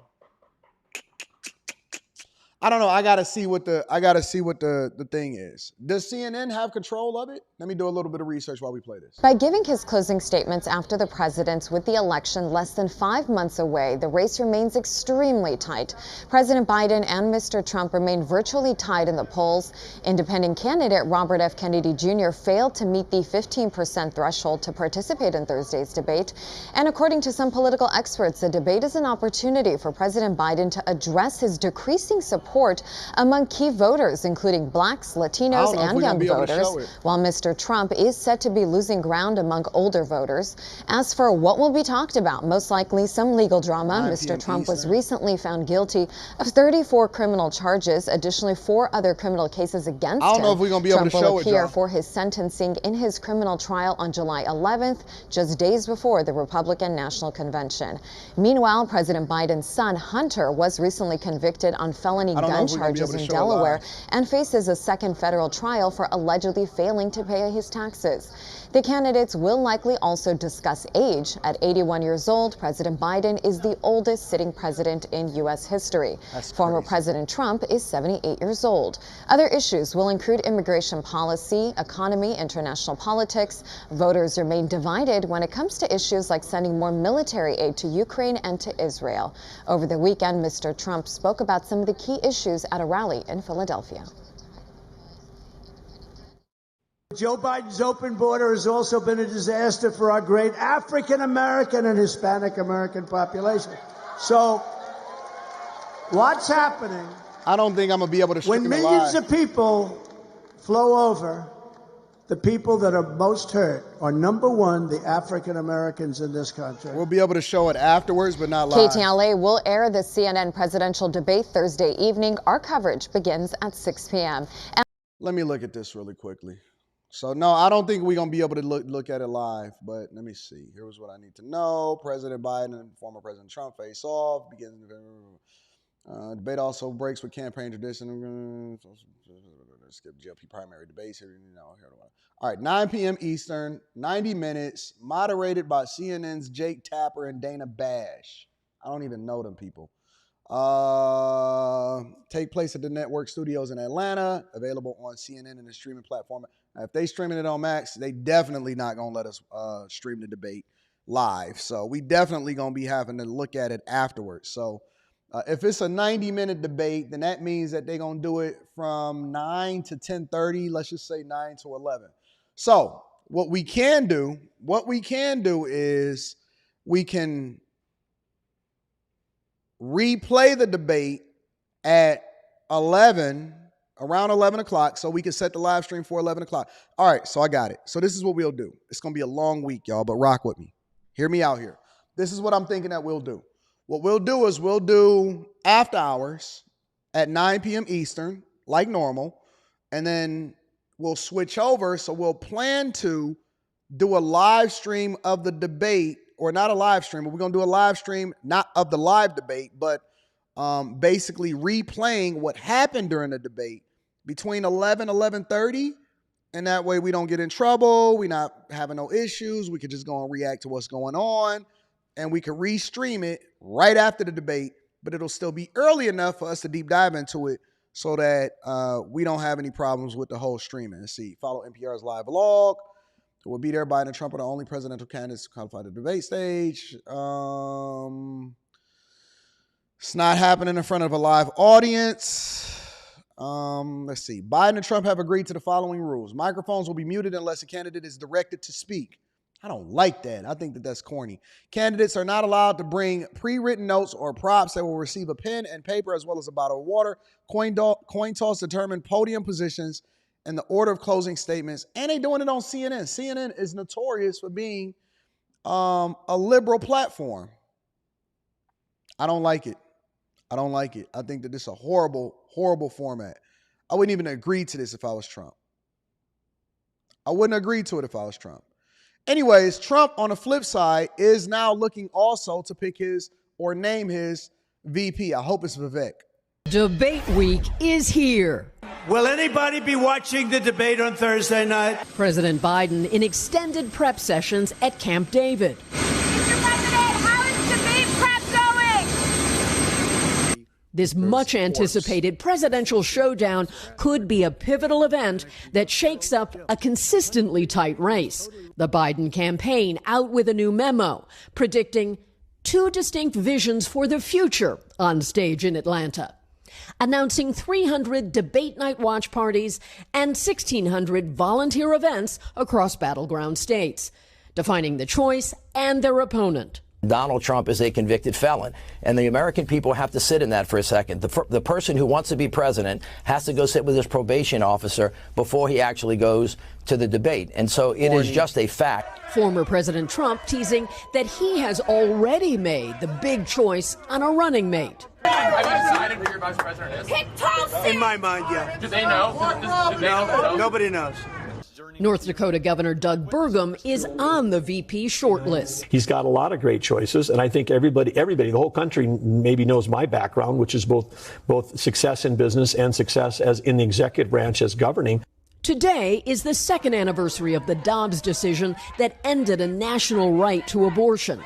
The First Lady campaigned Sunday arguing that reproductive rights will be decisive. Listen, this is what I'm going to say on this, and then we're going to move over into the next subject. They are going to distract you guys, okay? And I said this yesterday on the show. If y'all did not watch the premiere of my new show, the Anton Daniels show, it's on my other channel. They're going to distract you guys, and it's going to be easy to do so. And the way that they're going to distract you is by trying to convince you that all of these things that are not relevant, that's not meaningful to your life, that you have a choice of whether or not you want to participate in. You have a choice of whether or not you want to get pregnant. You have a choice of whether or not you want to do a lot of these things. Diversity, equity, and inclusion, and alphabet rights, and all of this stuff. They're going to talk about a lot of stuff that they think is going to emotionally affect you and then entice you to make decisions that's not in your best interest. I'm encouraging people to become informed voters, okay? I am not today going to tell you who you should vote for because that is not the point of this conversation. Regardless of who you vote for, it's important for you to understand that you can't have this conversation afterwards once you elect a president or once a president is elected, because I'm tired of people in the community saying that their vote doesn't count. Your vote absolutely counts, 100%. On a local level and on a national level. Because if it didn't, then we wouldn't be having these conversations about the Oakland Mayor Shang Tao trying to get recalled, or Tiffany Henyard over in Dalton, or Brandon Johnson telling you exactly what he was going to do and then being worse than Lori Lightfoot over there in Chicago, or Eric Adams in New York, or Mike Johnson over in Denver, or Karen Bass over in LA, Fulton County DA. Your judges, the millages to determine how much is going to go to your community colleges and how much is going to go towards, repairing the roads in your subdivisions, how much your taxes is going to go up on your properties. All of these things are decided by the people that are legislating on your behalf. Your vote counts. And so I'm not advocating for you guys to just participate in the voting process, but I'm advocating for you guys to do two things. Number one, become informed. It's not enough to just vote based off of what somebody else is telling you. If you're not familiar with the policies, if you're not familiar with what's going on in your city, your state, your city council, what's going on in the national election, how your money is being spent, if you are not happy with it, then inform yourself based off of previous administrations. You have a sample size of Trump, you got a sample size of Biden. You have to participate and understand, and don't just understand what's going on the national level, because usually what people do is they go in and they check all Democrat or they check all Republican. No, become informed on who's going to be on your ballot in November and go to the polls. Because y'all gonna put the same amount of energy in investing and understanding all it, because y'all dissected every single lyric when y'all was looking at Drake versus Kendrick Lamar. But when it comes to understanding who's going to affect your life financially and what school your kid going to go to, you don't know nothing. The three most important issues to me is the state of the economy. Got to get to that bag. Shout out to the chasers. Immigration into this country. And whether or not you actually going to be able to even have a roof over your head when it comes to inflation and homelessness and a crisis that's happening all across this country. I don't care nothing about no abortion. I got a vasectomy. What do I care about that? That doesn't affect me. I have to make a decision based off of what's best for me and my family. And so all I'm telling you guys is to stop being so cynical and participate in the process. If you don't like what's going on, volunteer, mobilize, create a campaign, participate on these platforms. It's so amazing to me how y'all do 1,000 live streams on a pop-out show, but when it comes to actually informing yourself on what's happening within your communities, you don't even know who your treasurer is. You know who Kendrick Lamar is. You know who was at the concert. Y'all dissecting whether or not Savannah James was looking at LeBron James and telling him whether or not he should get on stage with Russell Wilson or Russell Westbrook or not, but y'all don't even know who your city council person is. You don't even know who the person that's in charge of your district. You don't even know who your council member, who your Congress member is. Keep that same energy. That's all I'm saying. That's what I want to say. Keep the same energy. Stop being finessed by what people telling you and start to do your own research. That's all I got to say. That's all for the day. That's all I got to say for the day. Let me read some of these super chats and then we're going to get it popping. Brandon Chapman says, Chuong Man Lan, Vietnamese billionaire sentenced to death for $44 billion fraud connected to Oakland, maybe? I don't know. We'll see. T. Curry says, Biden don't really have a plan. Well, he's definitely going to be in office if y'all don't vote. Tim Stepney says, thank you, sir. I appreciate you too, Tim. Thank you for supporting the platform, my friend. All right, make sure y'all get the likes up. Make sure y'all hit a like for the algorithm, subscribe to the channel, and turn on your notifications. And then last but not least, make sure that you turn on that Tiege Hanley. You know what I'm saying? Go get that Tiege Hanley, 30% off, 40% off your first order, plus 20% off for life. And then make sure y'all tap into the Patreon. Link is in the description, as well as pinned to the top of the chat. All right. TikToker. Not a TikToker, but a person that works at TikTok that's making over $400,000 a year. I seen this pop up on my algorithm. Y'all didn't even send me this one, but I had to go and react to it. I had to go and get it. Let's get to it. We are all imperfect, but you can try to do it all. You can have a job at a big tech company. You can be a working mom. You can have friendships and you can work out. It's all about time management and finding the balance. While you're doing all this, you may not be perfect, but don't feel like you have to choose one over the other. My name is Sora Lee. I'm 34 years old. I make about $400,000 a year. All right, so hold on. Let me say this before we get into this. Somebody asked me, they sent me an email and they said, Anton, would you ever be on CNBC's Make It? I was like, what's the benefit? What's the marketing opportunity that comes along with that? Because, you know, I already share my receipts with everybody. I show my bank accounts. I show y'all my 1099s. I show y'all my whatever, all of my deposits. Y'all seen my W-2s and everything like that, right? And so I was like, well, I don't know. Because I know that the majority of the people that wind up ending up on this show actually go and fill out a form. If you go over to CNBC's Make It and you look at these videos and you look in the description of the video, they basically give you a Google form to fill out if you're going to be open to be on the show. They tell you to, you know, submit your information. Would you be willing to show your receipts, bank accounts, bank statements, and all of that stuff? I don't know how this would be beneficial. Would this bring more visibility to the platform? Would people then subscribe to the show? You know what I'm saying? She making $400,000 a year in California. I'm trying to figure out how that benefits her. When I look at this, yeah, we did have a bag chaser on there. I had to get on him as a result of that because he was over there fumbling the bag too. When I look at this, I be trying to figure out what is the benefit. But also, would you talk to a 34-year-old woman that lives in California making $400,000 a year? Let's continue. I live in San Mateo, California.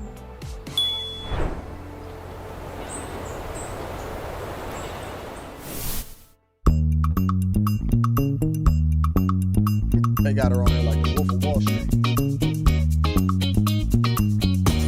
Let me see something. She the global head of product marketing at TikTok. Seemed like she would be making more than $400,000 a year, though. $400,000 a year got to just be like base pay and bonuses. Does she get equity into the company, but it's not a publicly traded company? I don't know. Anyways, let's continue.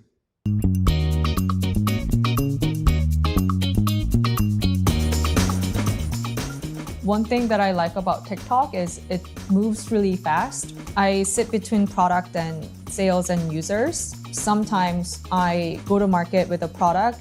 They wanted me to send them feedback from each day. And because I have engineers in Asia, a lot of them that were easily addressable were fixed overnight. That was the moment when I realized why TikTok has been growing so fast.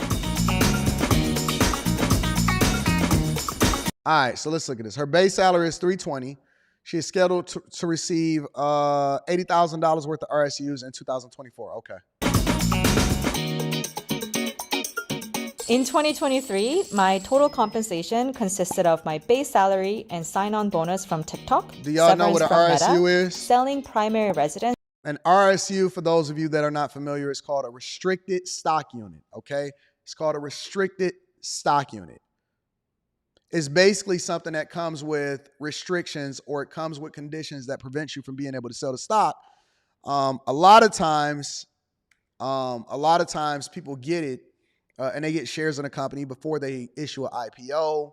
Also, on top of that, it incentivizes you as an employee to continue to do the thing that's in the best interest of the company, because you're restricted from selling it before certain times. And it could be a lot of different restrictions depending on how the company is set up. But you're basically incentivized to continue to do the best thing in the company for the future, And you're incentivized by that because your compensation is largely going to be based off of whether or not the company is thriving and they're doing incredibly well. So it's called restrictive stock units. So her total compensation is not based off of what she can actually spend. Her base salary, and I tell you this all the time, your salary is based off of what you negotiate, not what they offer you. Your base salary, 223 income, 839. Okay, wait a minute. Okay. I'm thinking that she was just like getting this crazy amount of money. No, she did a lot of other stuff. She sold her house. She got a severance package from Meta. She wound up finessing that and going over to TikTok. This woman is smart as hell. All right, so hold on. Let me deep dive into this real quick. In 2023, my total compensation consisted of my base salary and sign-on bonus from TikTok, severance from Meta, selling primary residence I co. She benefited from a house sale. I'm trying to look at all of these little caveats. After splitting profits with her ex-husband. So she got divorced. Oh, snaps. See, all right, let me remove this. Let me show y'all. See that down there at the bottom where it says her portion after splitting profits with her ex-husband. Oh, listen. It's the details matter. The details matter. She had to sell her home because she had to split the profits with her ex-husband. Kevin Samuels is rolling over in his grave right now.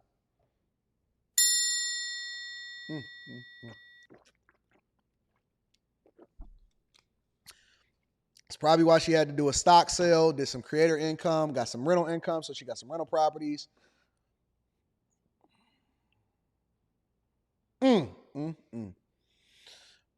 This feeds into the narrative. It feeds into the narrative.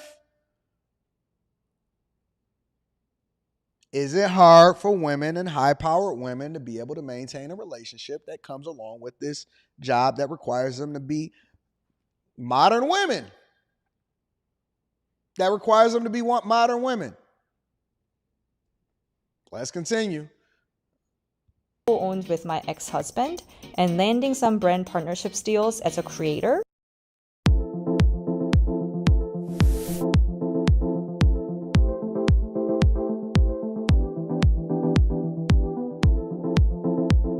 I graduated in 3 years. I decided that I'm gonna take that route to save money. Jesus. Talk about hustling. She said she donated her eggs 3 times just to help to pay for tuition. I got to give her credit. Let me give her a round of applause real quick for that one. Talk about hustling. I think it was a good way to help fund my education, at the same time give children to families who wanted their own kids.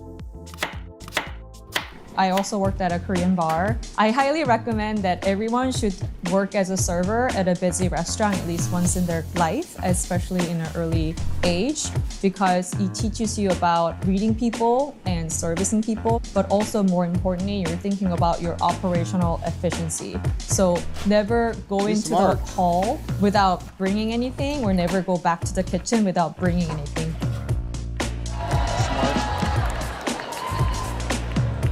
Berkeley, graduated with a master's degree in business administration. She got a kid, apparently. I started my career working at a few different startups, and then I joined TubeMogul, which later got acquired by Adobe. At TubeMogul, I made $40,000 in base and $6,000 in bonus. And then by the time I left the next year, I made $46,000 in base and $6,000 in bonus. And in 2014, when I moved over to Netflix as an associate, I think that was the biggest jump. So I went from 46 to 110,000, which is more than double.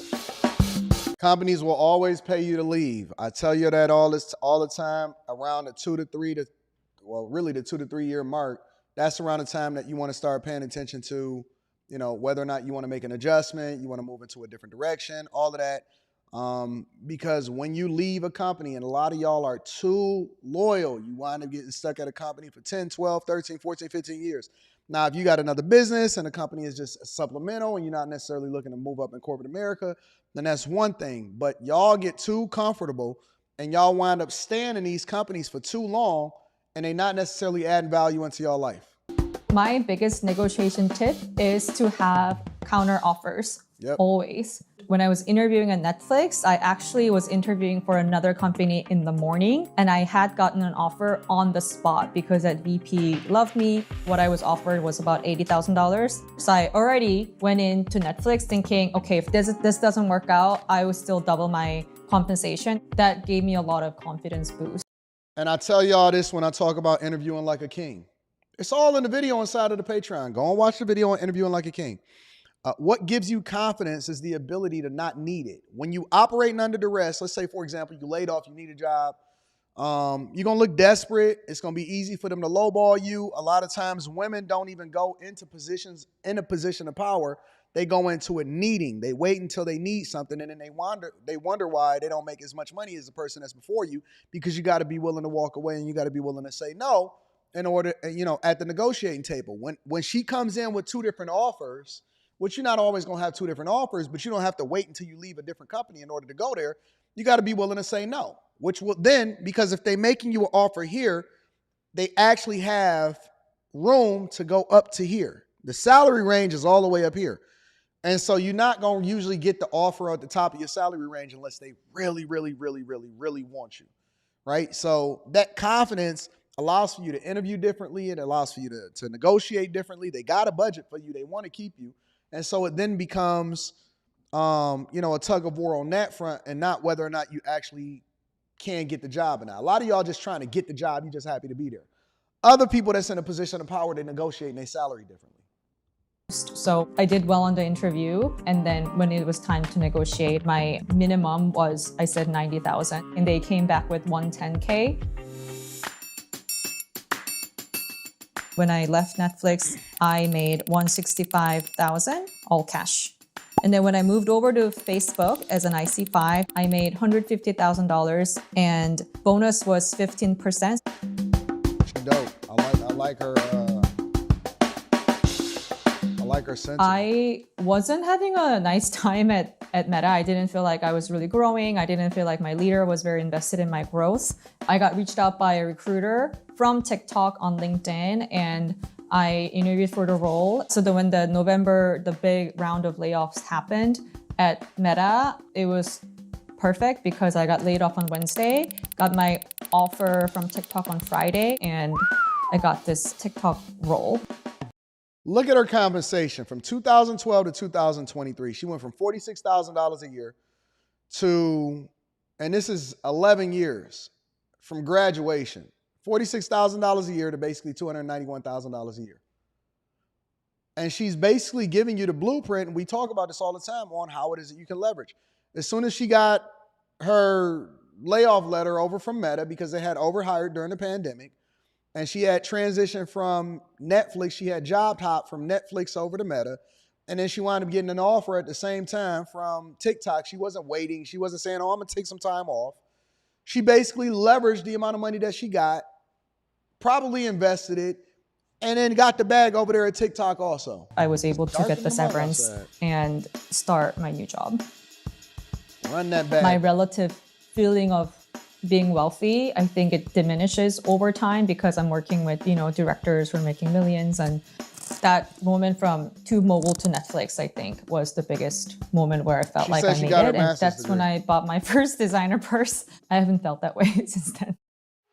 I try not to keep more than $10,000 in my checking account. I already maxed out my traditional IRA for this year, and I'm on track to max out 401k contribution this year. All right. Her net worth, she got $466,000 in stocks and crypto, purchase price of a Lake Tahoe home, retirement investments, restricted stock units, cash. So she got $21,000 in cash. Smart. You don't want to have your money sitting in cash, in my opinion. 529 savings account is $10,000. Flexible spending accounts. FSAs is $8,500. So her mortgage is $250,000. So she has roughly $86,000 in equity into the home. She got a car that she owed $36,000 on, and then she has a student loan that she only owes $3,000 on. She looked like she's doing really, really good, and I'm sure she's probably still in her, early 30s, late 20s? She killing the game. I also contribute towards my son's 529, and anything else left, I put it into Robinhood to acquire index funds, individual stocks for interesting companies, and Bitcoin. Hey, this is a stark difference from what Shane Towell was just talking about as far as the system not set up to see her win. Who is the system not set up to see you win? You're a woman, you're a minority, so they're gonna say that you're you're double handicapped or something like that. The system is literally set up for you. You're the Oakland mayor. She's showing you that the system is set up for you. She got great timing. Married for 6 years, got divorced in 2000. Oh, so he was with you on the come up, and when you started getting that bag, you ain't want to share. I was at a point where I would be fine even if my net worth starts at 0.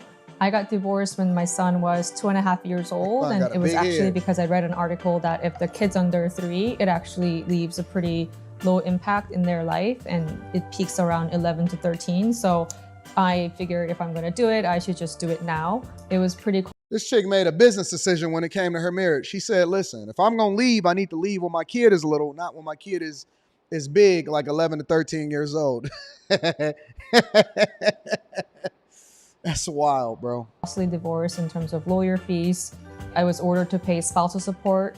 And aside from that, my ex was managing all the finances. So actually I was pretty oblivious to like personal investing, which sounds kind of funny because I'm the one with an MBA degree. I didn't know like how you even access 401k or how to buy a stock. Turning into a modern woman. I knew that it was going to be very difficult financially. So at the beginning of the divorce, I opened 3 credit cards that had 0% APR. I think at max, I had about $100,000 in credit card debt.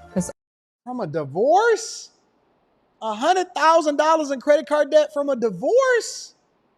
Nah. Listen. When you get to a certain point in life, it's just cheaper to keep her.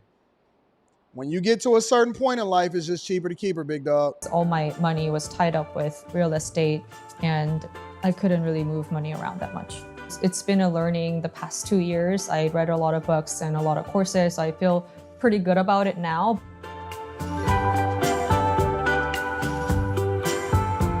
I was over there running up the bag. No credit card. She bought a what? It's a lot of rain over here. Bought a necklace to celebrate hitting the 100,000 followers milestone on Instagram. All right, so let's look at this. Discretionary spending, $4,000. Insurance, $125. Gifts, $200. Student loan payment, $246. Man, she should just pay them student loans off. I wouldn't even be sitting on that. Food, $427. Subscriptions and memberships. Jesus, what kind of subscriptions and memberships she got? $487. Transportation, $1,200. $1,200 in transportation. I thought that her Tesla wasn't even that much. Savings and investments, $2,300. Childcare, $2,300. Yo, childcare is one of the biggest booming businesses. If I was going to start a business today, if I'm just a regular person and I'm trying to start a business, I'm going to center it around childcare. It's so much money in childcare. Housing and utilities, $2,700. So she spent $15,000 in March. Her budget is shot, bro. Just because she's smart with being able to move as far as getting a different job don't mean that she necessarily knows how to manage her money correctly. My rent? I know I've had a pretty unhealthy relationship with money growing up. Looking back, my father constantly talked about money, and I was pretty obsessed with money. I don't think I'm completely free of it now. It's something I think about constantly. I've been making conscious efforts to have healthier relationship with money. Also with Jackson, I like having adult-like discussions with him. Like if he's sitting in the car seat and he's like, that's a Porsche, like that's an expensive car. Like, he heard it from somewhere else. And I would be like, just because someone has a nice car doesn't mean that they're Yeah, so it sounds like she's going 50-50 with whoever her man or girl is or whatever. healthy, and cars are a depreciating asset. It's 2 for $7. Okay, let's do You know what this. this is 2 for $7. Okay, let's do this one. Okay. Nah. He's probably not really understanding all of it, but I think the more I talk to him about it, I think the more he can grasp when he's ready. Jackson, do you want to help mommy? Can you roll up your sleeves first? My number one tip for working So somebody is being a step baby daddy? Moms or working parents is give them chores. Even when we go to restaurants, if we need to get a meaning, he's so happy, gave us feeling anxious, but balances. A Netflix reality show called Love After Divorce, which ended last year.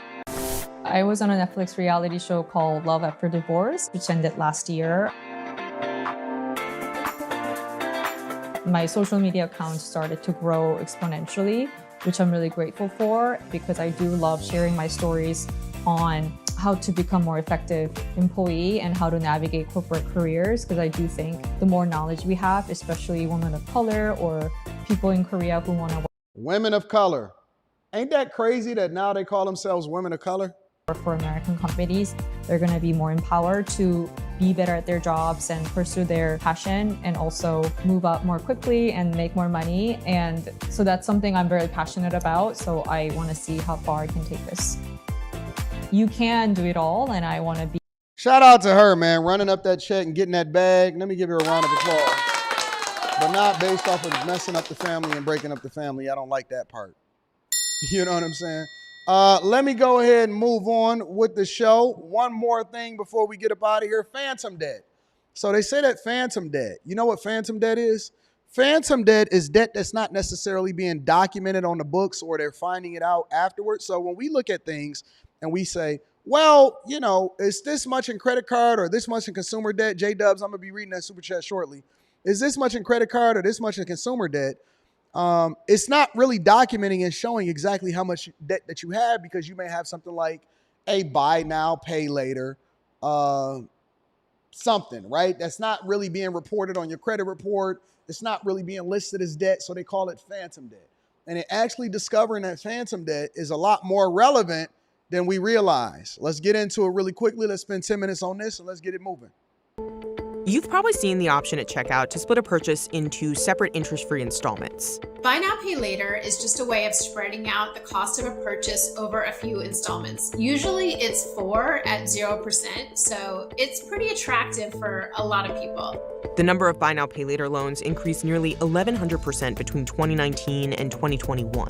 That rapid growth has some analysts concerned because where there are loans, there's debt. But exactly how much debt is still unclear. You know, we've often referred to this as phantom debt, where it's sort of flying under the radar and not really something that anybody has a good grasp on. Our back of the envelope estimates put the BNPL market at somewhere in the neighborhood of 50 billion. So you're talking comfortably a third of the transaction increase in credit card volume. That could imply that households are more in debt than we even know because we're not really measuring this booming space of buy now, pay later. I think you could be missing or misrepresenting how healthy the consumer is. The notion of this phantom debt being out there is just not true. We know from publicly reported information how many folks are taking out loans and how many of them default, and it's a very, very low number. Buy now, pay later users are more financially vulnerable.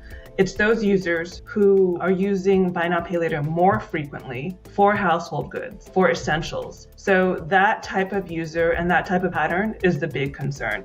Here's why phantom debt is looming over U.S. consumers and the economy. It was first called phantom debt in this Wells Fargo report that called attention to the fact that there is no hard measure of how many buy now, pay later loans are out there, how consumers are doing with these loans, whether they're really keeping up with their payments or falling behind. Not having a clear read of underlying debt burdens in general, particularly for the household sector, can be a concern because you could be assessing the health of the household sector and looking at debt to income ratios, net worth being higher across the income spectrum, income growth, all of these variables that suggest that the household sector and consumer in general are actually doing fairly well despite elevated inflation and challenges in the broader economy. But if you're missing a piece of that puzzle, right, if you're looking at all of household debt and thinking it's all household debt, but there's this other component that's lurking in the background of this phantom debt buy now, pay later segment, I think you could be missing or misrepresenting how healthy the consumer is. The most recent information comes from data disclosed at the discretion of individual buy now, pay later companies, as well as various privately conducted consumer surveys. This lack of centralized data has made it difficult to reach a consensus about exactly how much high-risk debt is out there. Since buy now, pay later loans are not currently reported to the major credit reporting agencies, it's a challenge for lenders to know how many loans a consumer has outstanding. Why do y'all feel compelled to ultimately get to buy now or do buy now, pay later? Because the reasons matter. I find that people that wind up doing buy now, pay later actually can't even afford the products that they're purchasing. Let me say that again. The people that wind up doing buy now, pay later can't really afford the products that they're purchasing. Now, it's much different than, like, let's just say financing a car or financing a house. And I'm not really a fan of consumer debt. It's way different. And the reason that is different is because, okay, let me back up for a minute because I don't want to get ahead of myself. Buy now, pay later is an attractive option for people that shouldn't be in the stores in the first place. When you're doing a major purchase like a car or a home, that's something that takes a lot of capital, right? Takes a lot of capital. When you're doing something like a buy now, pay later, or you're leveraging your credit card in order to go to the store and then go shopping and stuff like that, most of the time you're purchasing something that you don't need. That's the difference. You're purchasing something that you don't need. And so the rule of thumb for me is that if you're purchasing something that you don't need, but you just want, ultimately you should pay cash for it. Let me say that again. The rule of thumb, and this is just for regular everyday people. I ain't talking about people that own businesses. I'm not going to deep dive into people that have extensive investments and stuff. If you are purchasing something that you don't need, but you want, and it's something very small, consumer related, anything under $1,000, then you should probably pay cash for it. If it's under $1,000, then you should pay cash for it. Now, the caveat to that is a lot of people will say, well, you know, I want to get the points for it, so I want to use credit cards, which is completely different than buy now, pay later. There's no benefit, zero benefit to buy now, pay later versus just paying cash for it. You don't get any points, you don't get any of that. Now, ultimately, we usually get into the discussion about credit cards and whether or not you should ever use credit cards, and most people shouldn't be using credit cards. 99% of people shouldn't be using it, right? I have businesses, I make a lot of large purchases. Sometimes I spend over anywhere between $60,000 and $100,000 a month because, you know, you purchasing different things for the business. For example, I'm going in, you know, we just recently had to purchase the tile and flooring and faucets and stainless steel sinks and stuff for this house that we building, right? And we're literally buying it cash. We're paying everything cash, but we're going to put those things on the card that ultimately paid for this Mac that I'm streaming right now on. You see what I'm saying? Or this camera that I'm streaming right now on. Or, you know, my recent iPad Pro that I wound up building, or this Mac Studio that I got sitting right here.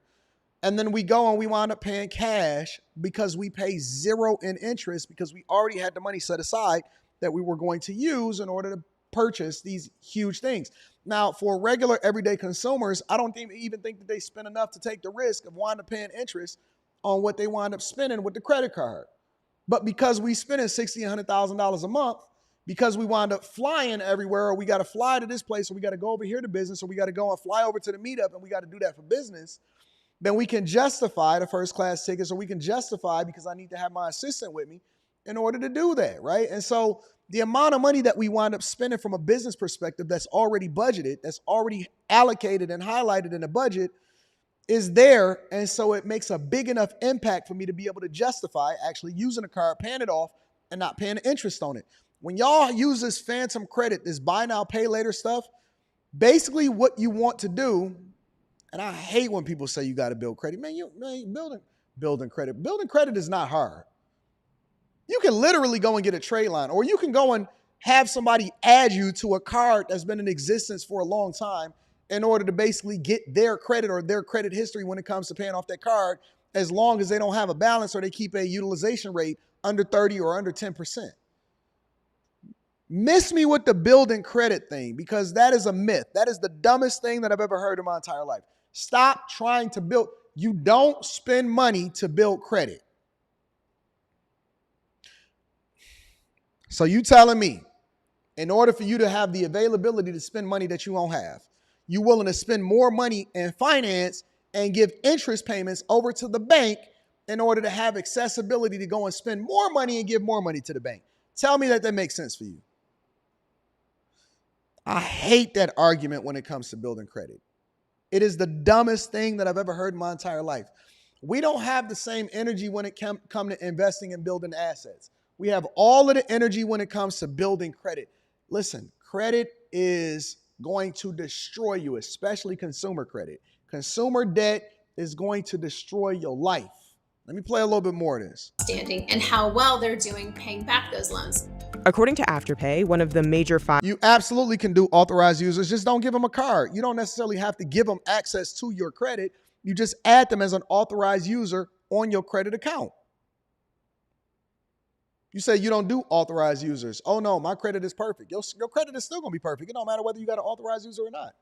You're just extending the credit history. You're not actually enabling them or giving them access to your accounts. Come on, don't be selfish. Don't be selfish. 5 buy now, pay later companies, 98% of their purchases did not incur a late fee as of the fourth quarter of 2023. The Financial Technology Association is a trade group that represents 4 of the largest buy now, pay later providers: Klarna, Afterpay, Zip, and PayPal. I do think the concern over phantom debt is overblown. When you look at the industry, even under Wells Fargo's own report in which they estimate the buy now, pay later industry to be around $45 billion, less than 2% are in default, or what we would say not making their payment. 2% of $45 billion is less than $1 billion. Compare that to over $1 trillion worth of credit card debt. And so I think we need to put it in perspective. But a 2024 survey by Harris Poll on behalf of Bloomberg found that 43% of consumers who owe money to buy now, pay later services said they were behind on payments. Consumer Reports also conducts surveys on the issue. We found in one of our surveys that the top reason for using buy now, pay later was to purchase something that the consumer couldn't otherwise afford. So it's clear that buy now, pay later, it can lead to consumers making purchases that they can't. I heard that, Molly. I heard that hotels and Airbnbs is on Afterpay. I did hear that. That's crazy, bro. That is so crazy to me. Listen, man, ultimately, you just need to make sure that you get your money up. Just get your money up, bro. Like, if you got to use buy now, pay later to go on a trip, to go on an Airbnb or something, man, you just need to stay home, bro. That trip is not that deep. If you got to use buy now, pay later to go to a hotel, you just need to stay home, bro. It really just ain't that deep. I don't even want to go. If I got to go, knowing that I got to pay for the trip, even when I'm not on a trip, that's a problem for me. That is honestly a problem for me. I'm straight. Leave me out of it. I just want to go home. Because I'm not even going to have no fun.